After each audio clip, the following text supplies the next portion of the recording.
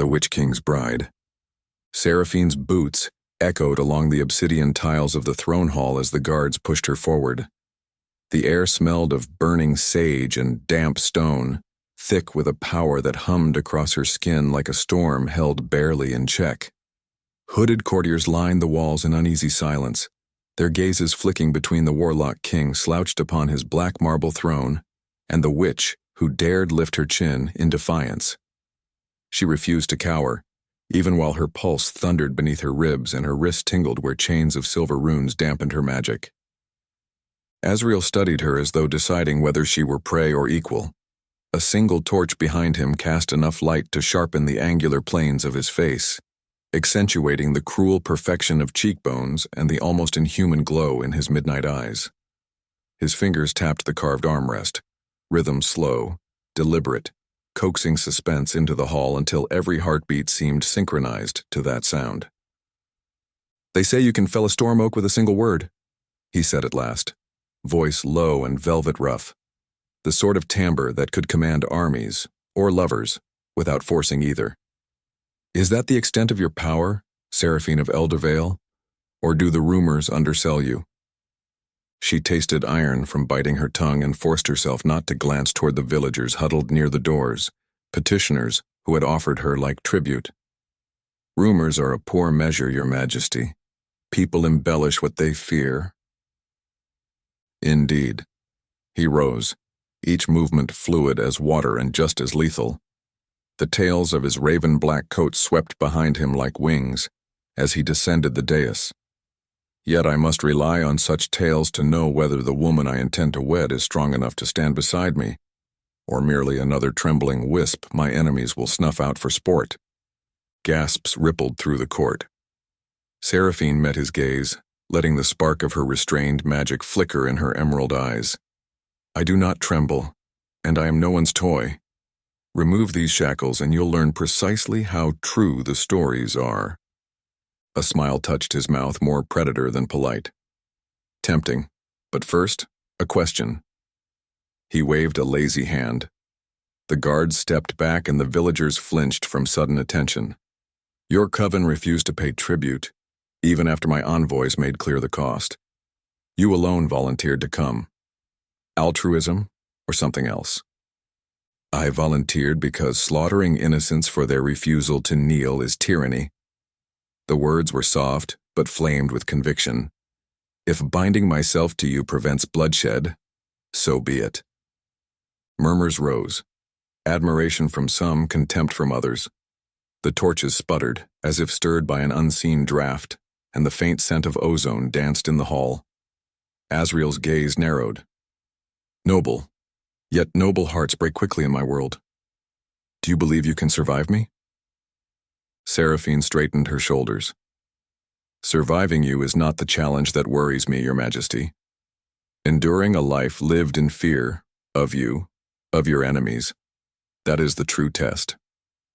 For a heartbeat he said nothing, weighing her courage. Then a gloved hand lifted, and the silencing rune upon her chains dissolved into silver dust. Magic surged back into her veins like an awakening beast. Hotter, sharper, intoxicating. She swallowed the instinct to lash out. A single incantation might sear half the court, but the villagers would pay the price for her rebellion. She had accepted this bargain. She would see it through. Azriel extended his hand palm up, expectation shimmering in his stare. "Come, bride. Let us negotiate the terms of your, what shall we call it, service?" "Marriage," she corrected, ignoring the leap of anxiety that word summoned. "A vow, between equals, sealed by consent." "Consent granted," he replied smoothly, "provided you accept the conditions necessary for my kingdom's stability." She blew a strand of coppery hair from her face, then placed her hand atop his. The contact crackled. Literal sparks danced across their skin, violet streaks that fizzled into nothing. Gasps rose again. Azriel's eyes widened a fraction, as though even he had not expected that degree of resonance. "Interesting," he murmured, entwining her fingers with his. "You are full of surprises." "So are thunderstorms," Seraphine whispered. Handle either poorly and they'll burn you alive." He chuckled, the sound dark honey. "I look forward to the danger." The ceremony that followed blurred into a haze of ancient words recited by robed magi. Rings forged of night steel slid onto their fingers, and a chalice of moon-silver wine shared in symbolic union. A binding sigil carved itself into the air, swirling around them before sinking into their joined hands, invisible, yet thrumming. When it was done, the courtiers bowed. The villagers wept, some with relief, others with dread, and Azriel turned to her as if the hall itself had vanished. "You will have chambers adjacent to mine," he said quietly while the crowd dispersed. "You may order servants as you wish, and continue your craft within appropriate safeguards. In return, you will attend every council, stand by me in public, and refrain from undermining my authority." She arched a brow. "And if your authority itself undermines the realm's well-being?" His jaw ticked, but a glimmer of amusement warmed his glare. "Then I imagine I'll hear about it." He lifted her hand to his lips, brushing a kiss against skin still tingling from magic. The gesture was gallant, yet the promise in his eyes was molten. "Rest, Seraphine. Tomorrow the real games begin." Servants guided her through labyrinthine corridors lit by floating ember orbs. Tapestries depicting victories of the Thorn War draped the walls, battles Azriel's magic had won before he seized the crown.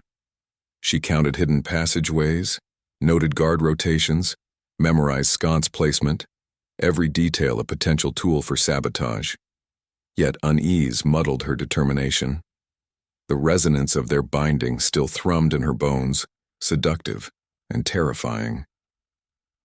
At last they reached her chambers, a suite of dark sycamore floors, arched windows veiled by onyx curtains, a bed draped in midnight silk. A marble basin steamed beside the hearth. The headmaid, a gaunt woman named Calexa, curtsied. "Your bath, my lady. Shall I stay to assist?" "I'm no invalid," Seraphine said, softer than intended. Calexa's gray eyes held unexpected kindness. "Thank you, but I can manage." When the door closed, Seraphine stripped away the ceremonial gown, revealing bruises from the journey and a sigil still glowing faintly on her ring finger. She eased into the bath. Warmth spread, loosening tight muscles, yet nerves coiled tighter. In the water's reflection, she studied her face. Determined, yes, but shadows of doubt clouded her emerald eyes. Could she truly outwit a man who wielded darkness like a second soul? She raised a hand. Green-gold light shimmered over her palm. Beneath the palace wards, her magic felt strange, heavier. Perhaps she could disrupt the ward stone embedded beneath the throne dais. Legends claimed it was the anchor of Azriel's supremacy. But sabotaging it risked unleashing forces even she might not control, and the collateral. Her village's safety still hung on a thread. Footsteps halted outside. She clothed herself in a deep green nightdress and opened the door before the servant could knock. Yet it was Azriel who stood there, one shoulder propped against the frame, eyes glinting with mischief and some softer emotion she refused to name. "I brought you something." He held a small velvet pouch. "Insurance of a sort."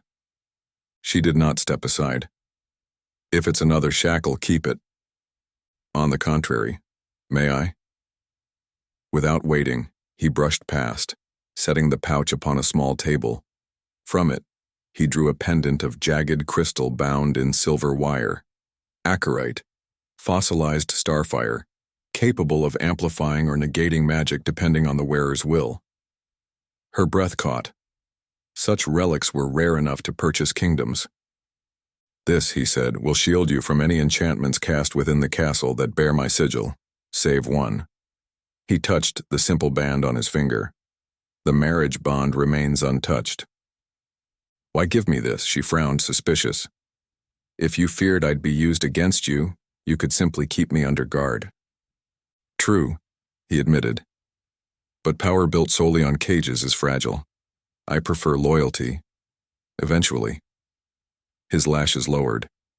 "You will discover enemies everywhere here, Seraphine.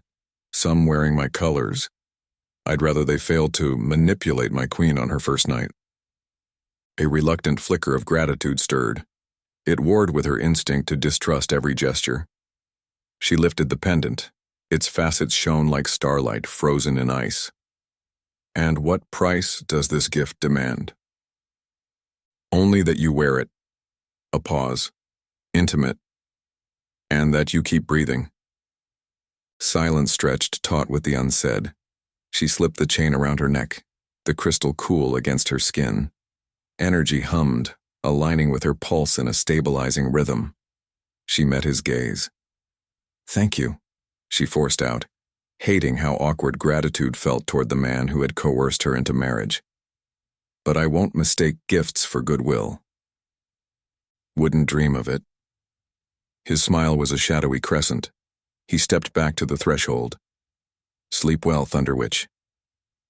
The door shut. Seraphine released a shaky breath. Thunder Witch. The nickname echoed with a curious warmth that unnerved her more than his power. She paced, mind racing through possibilities. Accept a tentative alliance, or feign it while plotting his downfall. Yet the sight of him shielding her from enchantments gnawed at her assumptions. Could a tyrant show genuine concern? Midnight passed before exhaustion pinned her to the silk sheets. She dreamed of lightning coiling in Azriel's hands, of her own heart caught between storm and darkness, of a kiss forged in flames that neither of them could survive. Dawn arrived on sable wings. Pale light filtered through the curtains, glimmering off the acarite pendant. A knock preceded Calexa's entrance. "Your morning, my lady. The king requests your presence at council within the hour." Seraphine dressed in a gown of forest green trimmed with silver vines. She braided her copper hair, weaving small shards of quartz into the plait, focus stones should her magic be needed. As she fastened her cloak, she ran through sabotage plans once more. Council chambers might offer opportunities, documents, alliances, faults in the warding array. She squared her shoulders. One step at a time. The council chamber had tall, narrow windows of stained glass casting crimson and gold light over a horseshoe table. 7 nobles awaited, each representing a province. Azriel stood at the head, arms folded. Conversation ceased when Seraphine entered. She felt their scrutiny slide over her like knives, testing for weakness. Azriel's gaze warmed a fraction. "Gentlemen, Lady Seraphine is now queen in deed as well as law. Show her the courtesy our alliance warrants." The oldest noble, Lord Vale, dipped his head. "We shall see how her, talents serve the realm." Disdain curdled each word. Seraphine smiled politely. "And we shall see whether resistance to progress serves yours, my lord." A hush fell, then Azriel laughed, genuine, rich. "I believe introductions are complete." He gestured to a vacant chair beside him. "Seat, Seraphine." She sat, senses open to currents swirling through the chamber. Here the wardstone's pulse was strong, interlaced with Azriel's signature, a dark, steady heartbeat beneath her feet.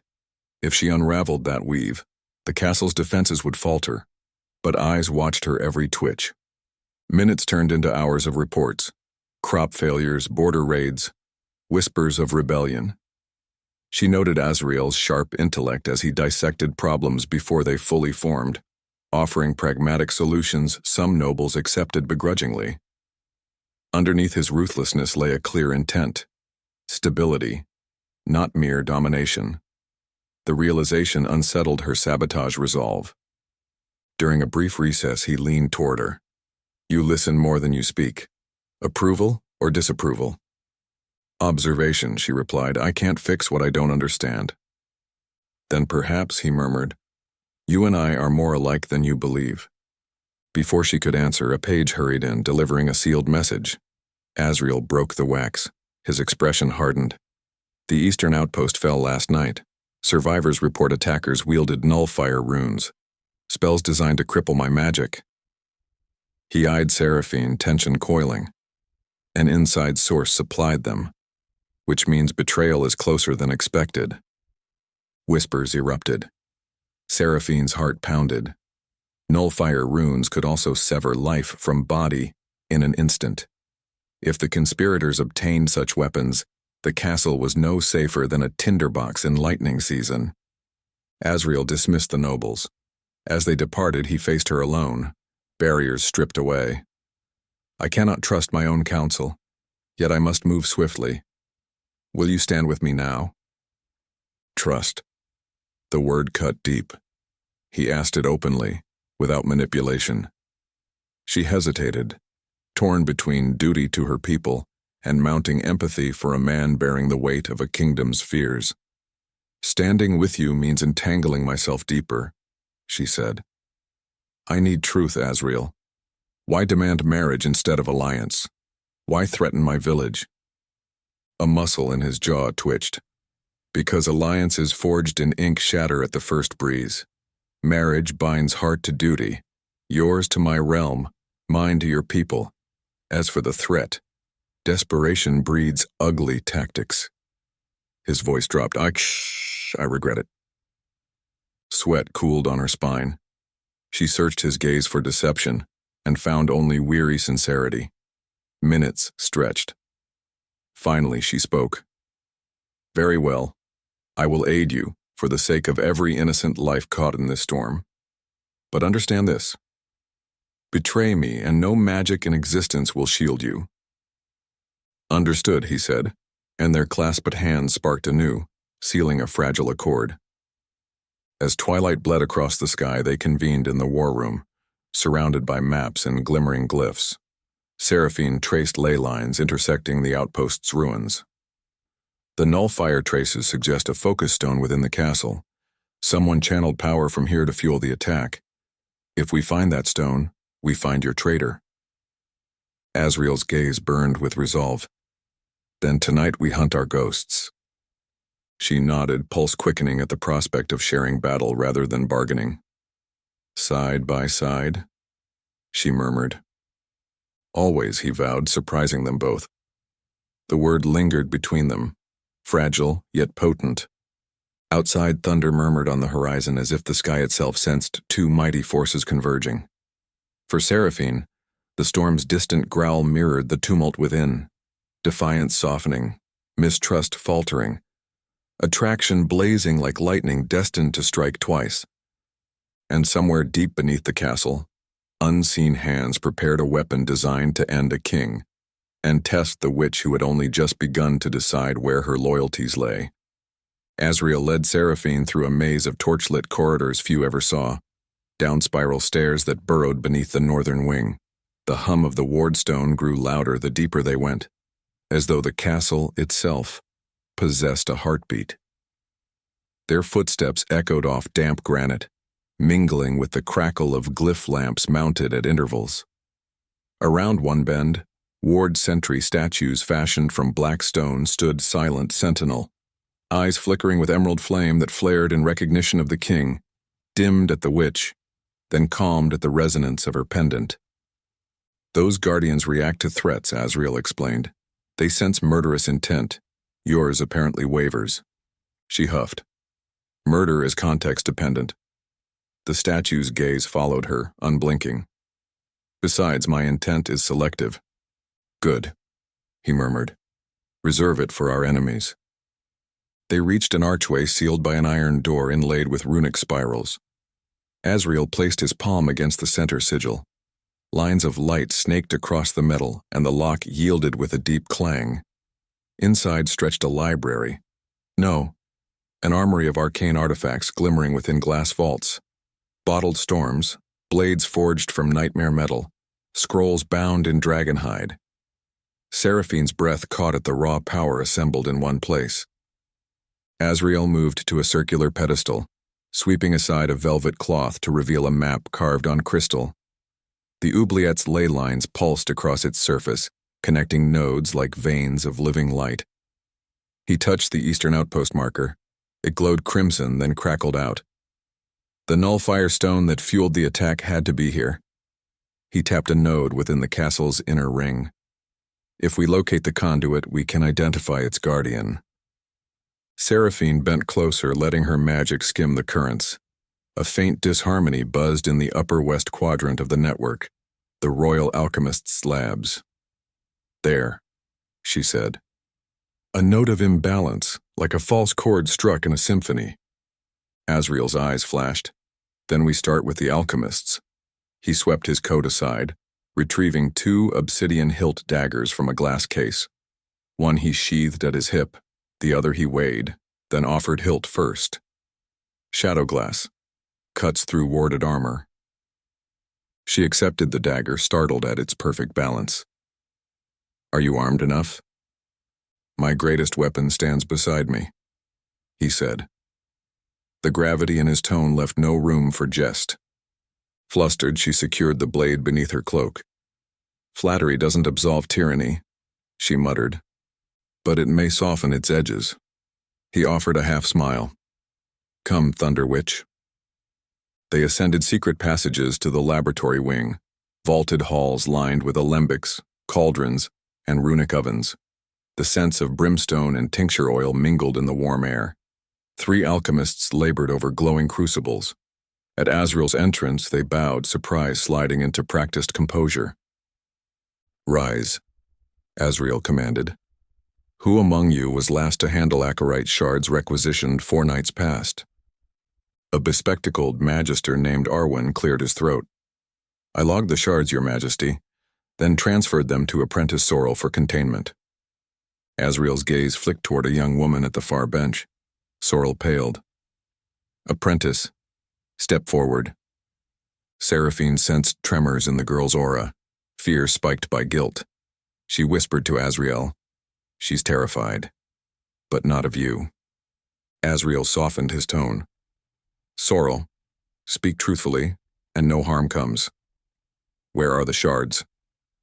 Sorrel clutched her apron. "Master Vale ordered me to deliver them to his private study. He said they were needed for the king's new wards." Seraphine's stomach dropped. Vale, the elder council lord who had sneered at her appointment. Azriel cursed beneath his breath. "Vale supervises taxation routes near the eastern border," he said. "He could funnel resources discreetly." Sorrel trembled. "I didn't know they were weapons, sire, I swear." Azriel extended a reassuring hand, gentler than Seraphine expected. "You are not to blame. Remain here. Sealing glyphs will protect you." He traced a sigil in the air. Golden strands wove into a protective lattice around the girl. Seraphine eyed him. "You could have petrified her. Instead, you shielded her." "Fear is a blunt instrument," he replied. "I prefer precision." Together they strode toward the council wing. Torches sputtered as though recoiling from the energy roiling off the king's shoulders. Seraphine matched his pace, heart hammering. Vale won't be alone. Nullfire runes require ritual stabilization. He must have conspirators. "Likely 2 at minimum," Azriel said. "1 to channel, 1 to guard. And a scapegoat," she added, "perhaps me." He shot her a sidelong glance. "Let them try." At Vale's oak-paneled door stood 2 guards in the council's crimson livery. Before either could draw breath, Azriel's hand flicked. Shadows coalesced, binding them in slumbering coils. Seraphine slid the lock open, with a whispered word. Inside, firelight illuminated scrolls strewn across a desk, outlines of troop positions, coded missives, sketches of nullfire glyph arrays. Centered on the floor lay a crystal the size of a heart, pulsing sickly orange. The conduit. A figure knelt beside it, chanting, not Vale, but Lord Rykard, the youngest counselor, his face streaked with sweat as he etched runes. Beside him, Vale sifted black dust into a mortar, feeding the conduit. "Step away," Azriel growled. Vale spun, shock freezing him briefly before arrogance hardened his features. "Majesty," he sneered, "you arrived just in time to witness your fall." Rykard's hand slammed onto the conduit. The stone flared. Seraphine felt her magic recoil as nullfire hissed outward, smothering ambient energy like vacuum-swallowing air. She yelled a warning as a wave of hushed darkness rippled toward them. Azriel thrust himself before her, erecting a barrier woven from mirror-bright threads. The nullifier collided, shredding half the strands. He grunted, dropping to one knee. Seraphine seized his shoulder, channeling her power through the acorite pendant. Green lightning fused with his collapsing shield, knitting fractures. The wave dissipated, scorching the walls but leaving them standing. Vale's eyes widened. Impossible, he rasped. Seraphine advanced, anger like wildfire beneath her skin. Nullifier targets singular signatures. Our bond merges too. Your calculations were flawed. Rykard scrambled to pour more dust. Sulfurite, she recognized, but Azriel hurled his dagger. The blade struck the conduit, cracking it in two.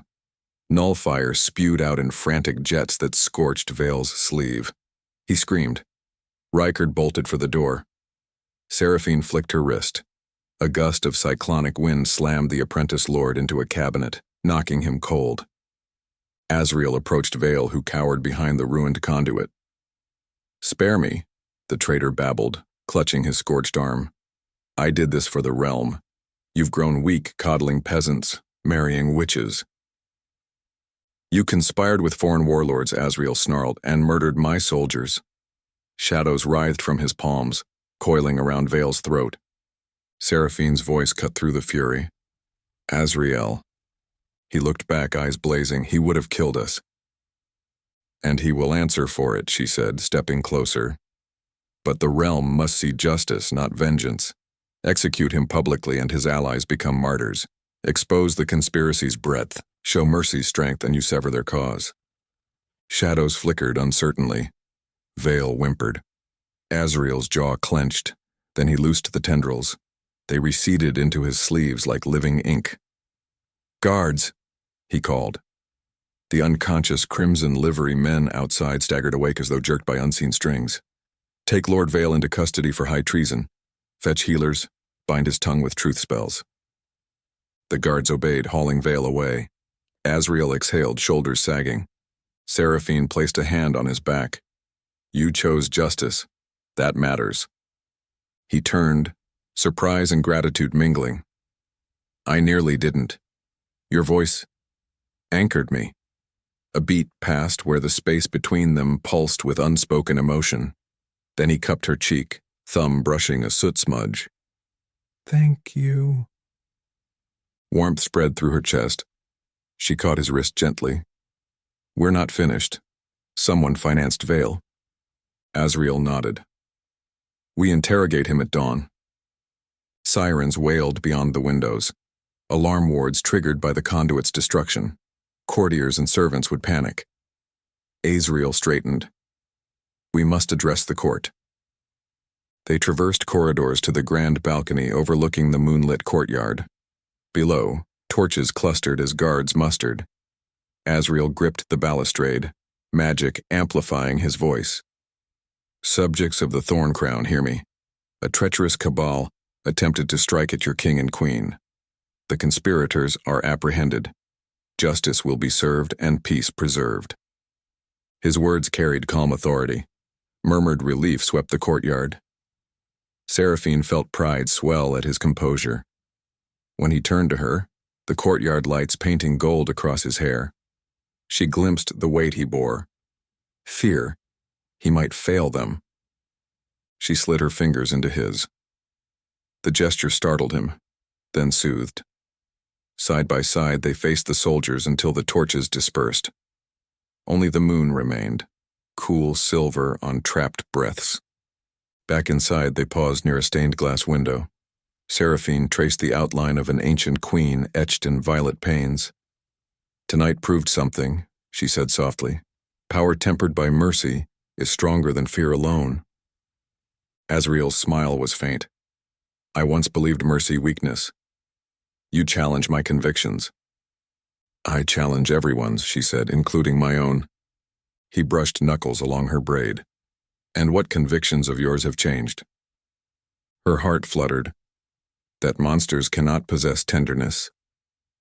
His hand drifted to cup her nape, thumb gliding along her pulse. "And that witches cannot be witch kings?" His voice lowered to a husky murmur. "Perhaps," she breathed. "Some things defy expectation." He bent, lips hovering near hers.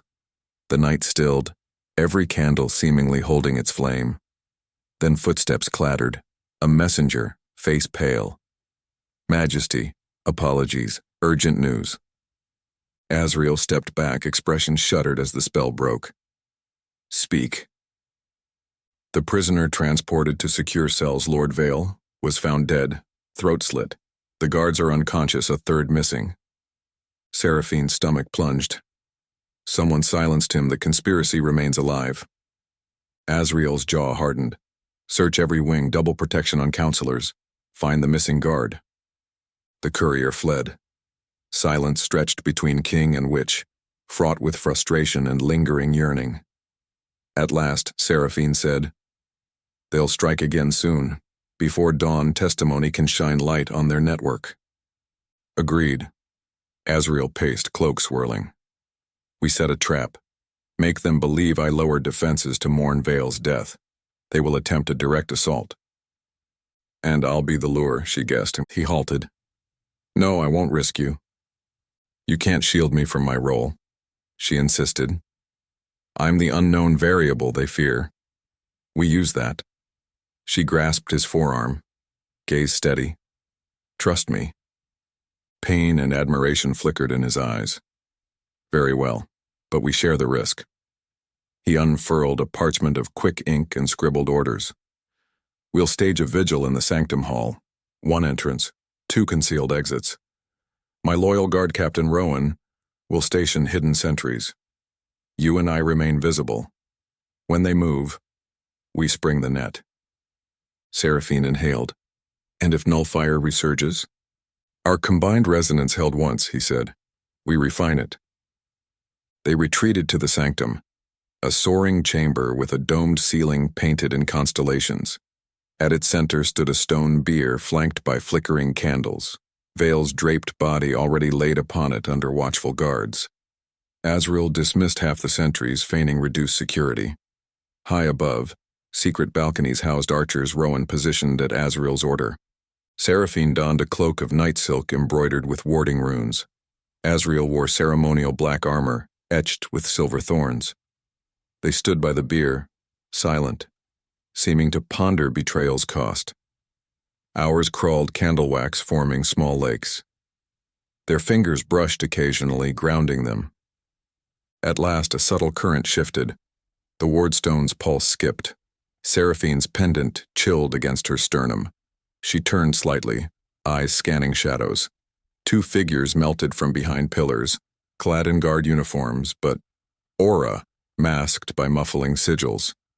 Each drew a cylinder, scored with nullfire glyphs. Seraphine whispered, "Left pillar, right dais." Azriel's reply was a tilt of his head. The conspirators hurled the cylinders. Mid-air, nullfire erupted in twin waves. Azriel seized Seraphine's hand, channeling their magic through the pendant. They spun, palms outstretched, weaving mirrored shields fused by luminous strands of shared power. The waves crashed, splintered, thinned, yet still forced them back 3 steps. High above, Rowan's archers loosed arrows tipped with sleep elixir. One assassin fell, arrow protruding from his shoulder. The other deflected the shot with dark steel gauntlets and lunged. Seraphine flicked her wrist, lightning arced, striking his chest. He convulsed but hurled a dagger glowing obsidian, shadow glass coated in venom. Azriel intercepted, catching the blade barehanded. Blood welled, sizzling against venom, yet he did not flinch. He hurled the dagger aside and clasped Seraphine's waist, whirling her behind him as the assassin regained footing. "Your wound?" she protested. "Minor." He thrust his good hand forward, shadows surged, binding the assassin in a cage of living night. The man thrashed, shrieking as darkness constricted. Rowan leapt from the balcony, landing with graceful force to shackle both unconscious conspirators. Seraphine pressed her palm to Azriel's slit hand. Golden light knitted skin closed. "Minor," she chided, voice shaky. "You're reckless." He caught her glowing fingers. "For you, I would bleed rivers." The spontaneous admission stole her breath. Their masks fell. The weight of surrender shone in Azriel's eyes, matched by the storm-bright longing in hers. She brushed her lips to his wounded palm. He inhaled sharply, free hand, sliding to cradle her cheek as though she were both miracle and salvation. His mouth descended, closing over hers in a kiss, searing and tender at once, a promise forged in stormfire and shadow. Magic flared around them, brilliant green interlaced with deep violet, swirling upward to merge with star-painted domes, casting new constellations in prismatic hues. When they parted, hearts thundering, the hall's torches burned twice as bright. Rowan cleared his throat discreetly. "Majesty, my lady, shall we interrogate our guests?" Azriel did not release Seraphine's gaze. "At dawn," he said, voice raw. "For now, secure them." Rowan obeyed. Silence settled again. Seraphine touched her lips, pulse wild. "We should debrief," she whispered. "And we will," Azriel said, hand curling possessively around hers. "But first I must know if that kiss was strategy or truth." She met his searching stare. "Truth," she breathed, scarcely believing the word. Relief and wonder softened the hard lines of his face. "Then the next may be longer." She smiled, a wicked, hopeful curve. "Save it for morning. We still have traitors to unmask." He nodded, eyes still devouring her. "Morning, then, and every dawn after." They stood together amid dancing candlelight, newly forged bond electrifying the air, even as shadows beyond the sanctum plotted their final gambit. Rowan's prison cells lay buried beneath layers of volatile rock salt and sigil-branded iron, but neither metal nor magic quelled the assassin's smirk when Seraphine and Azriel stepped into the torchlit corridor before dawn. He sat shackled to a stone pillar, gaze steady, the sleepy scent of valerian already flushed from his veins. Across from him, the second conspirator still dozed under elixir, snoring against iron bars. Azriel folded his arms. "Names, allegiances, speak." The assassin touched a bruised jaw. "You expect loyalty to crumble after one failed attempt? Kill me and be done." Seraphine crouched, palm rising. Green sparks crackled over her fingertips, forming a halo that illuminated the man's sweat-slick brow. "You misunderstand," she murmured. "I am not asking. I am listening to the echoes inside your mind. Even sealed tongues cannot silence a memory." His eyes widened. "You wouldn't?" She slipped through the outer layer of his thoughts, skimming the surface of fear, pride, and a single repeating sigil burned into consciousness. A silver serpent entwined around a broken crown. Images tumbled after it. Ship, holds laden with nullfire dust. Foreign banners stitched in cobalt. Coin purses exchanged beneath an iron moon. She gasped when the next face coalesced. Lord Torvin, the prosperous merchant lord who had arrived only months ago and purchased favor across the court with lavish gifts. Seraphine reeled back, breaking contact. Azriel steadied her elbow. "What did you see?" She swallowed. "Torvin. He bankrolled Vale. He's not just funding rebellion. He's channeling power from beyond our borders, and he intends to strike tonight, during the eclipse." Azriel's gaze sharpened. "The blood eclipse. Wards will weaken at moonrise when the ward stone resets.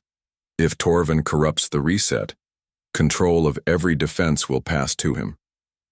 The assassin spit blood. "Even with that knowledge, you cannot stop him. He has already infiltrated the ward chamber. By the time the moon turns red, your throne will fall." Azriel crouched, eyes twin embers. "You will guide us through every contingency, or you will dream screams until your mind fractures." Sweat beaded on the assassin's brow. "I am dead either way." Seraphine placed her hand upon Azriel's blood-bandaged palm. "Mercy again," she whispered. Azriel hesitated, then nodded. "I swear safe passage from this kingdom if you cooperate fully." The assassin blinked. "You would exile me?" "Exile is life. Seraphine said, voice soft but edged. Refuse, and we allow the ward's justice to feast on your soul. Terror cracked the assassin's resolve. He rasped every detail. Torvin's private guard hidden in servant uniforms, 3 saboteurs stationed along the wardstone's vent shafts, and 2 siphon mages primed to reroute the reset into a pocket conduit forged from Vale's shattered crystal. Azriel memorized each location, lips thinned with cold fury. When the confession ended, Rowan escorted the assassin away. The second conspirator moaned awake but had heard nothing.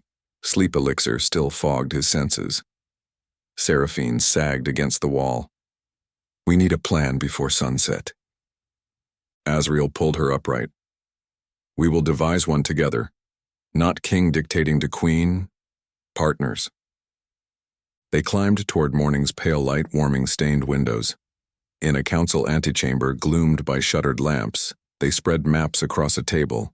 Rowan joined them, flanked by Captain Dara, the sole woman to command Azriel's elite archers. Strategies formed like frost fractals as dawn brightened to gold.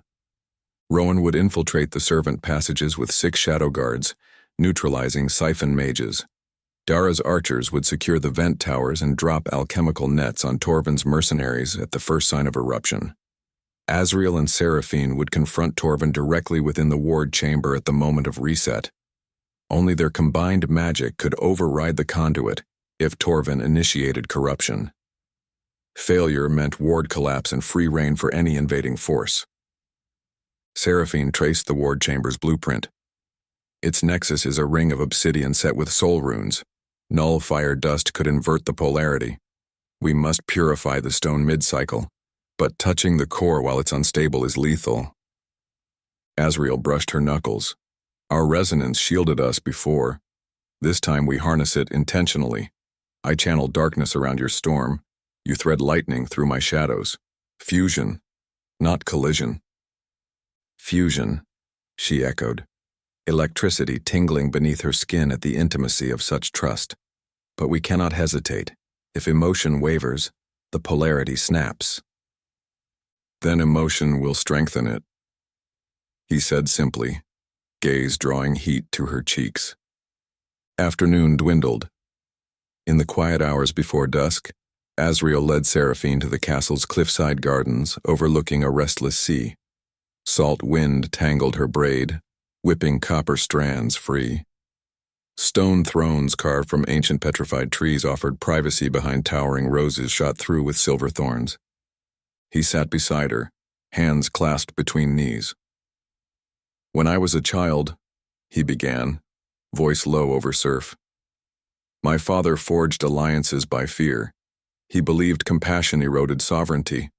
I watched him rule, adored and despised in equal measure. I swore never to show weakness. Dark eyes shifted to her. Yet you walk into danger for people who sold you and still find room for mercy. That is not weakness. She braided a loosened strand of hair, contemplating the horizon. When my mother was burned during the witch purge, she used her final breath to summon rain and save a village that cheered her execution. I hated her for it once. Now, I understand. Mercy isn't for the unworthy. It's for ourselves, so hatred never poisons our hearts. Azriel's fingers slid over hers, intertwining. I am learning. Tonight may kill me, but if it does, I wish my last lesson to be the one you taught. Tears pricked behind her eyes. She turned his hand palm up, kissing the faint scar where venom once cut. Then live, Azriel. Live to rule not by dread, but by hope. He stood, drawing her with him, noses inches apart. The wind carried rose petals between them. Words trembled on his lips, but she silenced them with a kiss, born not of storm or shadow, but sun-touched tenderness. When they parted, dusk had painted the sky bruised indigo. The castle bell tolled, twilight rituals had begun. Rowan and Dara melted into hidden roots with their teams. Seraphine and Azriel descended the spiral leading to the ward chamber. The chamber door, a disk of polished obsidian, parted at Azriel's touch to reveal a cavernous vault. At its center hovered the ward stone. a sphere of living granite veined by molten silver, spinning slowly within a gyre of runes. Around it stood 7 obsidian monoliths, anchors that stabilized the kingdom's protective lattice. Torvin waited at the far platform, cloak shimmering with woven sigils. 2 mercenaries flanked him, crossbows primed. On the dais before the ward stone sat a crystal conduit framed by nullfire coils. Atop the coil rested the missing sentinel guard, unconscious, heartbeat thrumming faintly. His life would fuel the transfer. Torvin smiled. "Majesty, my congratulations on arriving for your own dethronement. And Queen Seraphine, your raw power will be a fine addition to my collection once the reset binds to me." Azriel's voice was glacial. "You think you can subvert centuries of binding law with smuggled crystal dust and coins?" "Laws forged by victors," Torvin replied, nodding. "I am merely expediting transition." The monolith glyphs glowed crimson, the reset cycle initiating, keyed to eclipse. Outside, the horizon's edge bled as the moon's first shadow crept across its face. Seraphine whispered, "Rowan status." Rowan's voice crackled through the rune-linked gem Azriel wore. "Siphon mages down. Vent towers secure. Dara's arrows fly at your signal." Torvin raised a hand. Crossbows fired. Azriel whipped a wall of darkness that swallowed bolts. Seraphine counterstruck, twin arcs of lightning spearing the mercenaries. Both collapsed, spasming yet alive. Torvin sneered, producing a dagger carved of ophidian bone. "You cannot stop the cycle. At totality, the ward shifts to the conduit. I will channel a legion of nullfire revenants to raise this kingdom, and no marriage bond will save you." The wardstone pulsed, silver veins flashing red. Seraphine felt her magic tug, drawn toward the conduit's vacuum. Pain blazed along her spine. Azriel grimaced. His shadows flickered erratically. Their resonance faltered. Torvin laughed. "You feel it, don't you? The reset hungrily seeking a new master." Azriel tightened his grip on Seraphine's hand. "Fusion," he reminded. She inhaled, meeting his gaze. "Trust." Their bond flared bright as dawn. Seraphine summoned the storm's heart, a vortex of emerald lightning swirling within her chest. Azriel harnessed ebony night spirals coursing through his veins. They stepped in tandem, raising joined palms. Light and dark braided, forming a helix of searing energy that shot toward the wardstone. Torvin thrust his dagger into the conduit. Null fire erupted, forming a black corona around the sphere. The life force of the unconscious guard surged into the coil. He screamed awake, agony twisting his features. Seraphine cried out, wrenching free to dart forward. Azriel grabbed her elbow, stopping her. "The core first," he urged. "Save him by severing the siphon." She trembled but nodded. Together they funneled their helix into the sphere. Lightning laced the silver veins. Shadows soothed cracks forming under null pressure. The stone resisted, shuddered, then accepted their resonance. A thundering boom rippled across the chamber as protective runes flared a vivid violet green, countering the null fire with equal force. Torvin cursed, scrambling to reinforce the conduit. Azriel released Seraphine's hand, sprinted toward the traitor. Torvin slashed. The bone dagger grazed Azriel's cheek, leaving a burning line. Azriel countered with a punch wreathed in shadow, sending Torvin sprawling. The dagger clattered near the unconscious guard. Seraphine stretched her storm into needle filaments that pierced the null coils, dismantling glyph chains. With a final burst, the conduit shattered, nullfire imploding into sparks. She caught the guard before he collapsed. Lightning knitted his fading aura, stabilizing breath. Across the dais, Torvin crawled toward the bone dagger. Azriel stomped a boot upon his wrist. "It's over." Torvin laughed through split lips. "Fool. Without me, the foreign legions will march at dawn. Your kingdom will bleed no matter who sits that throne." Seraphine drew near, eyes luminous. "Then we will meet them, with a united realm." She turned to Azriel. "Let him be judged by the very people he sought to betray." Azriel nodded. Soldiers of Rowan's squad flooded the chamber, shackling Torvan and carrying away the rescued guard. Dara's archers followed, trophies of disarmed mercenaries in tow. Rowan saluted. All saboteurs neutralized. Outside the skylight, the blood eclipse reached full shadow, yet the ward stone glowed steady violet green, radiating across the network. Seraphine sagged with relief. Azriel caught her, cradling her to his chest.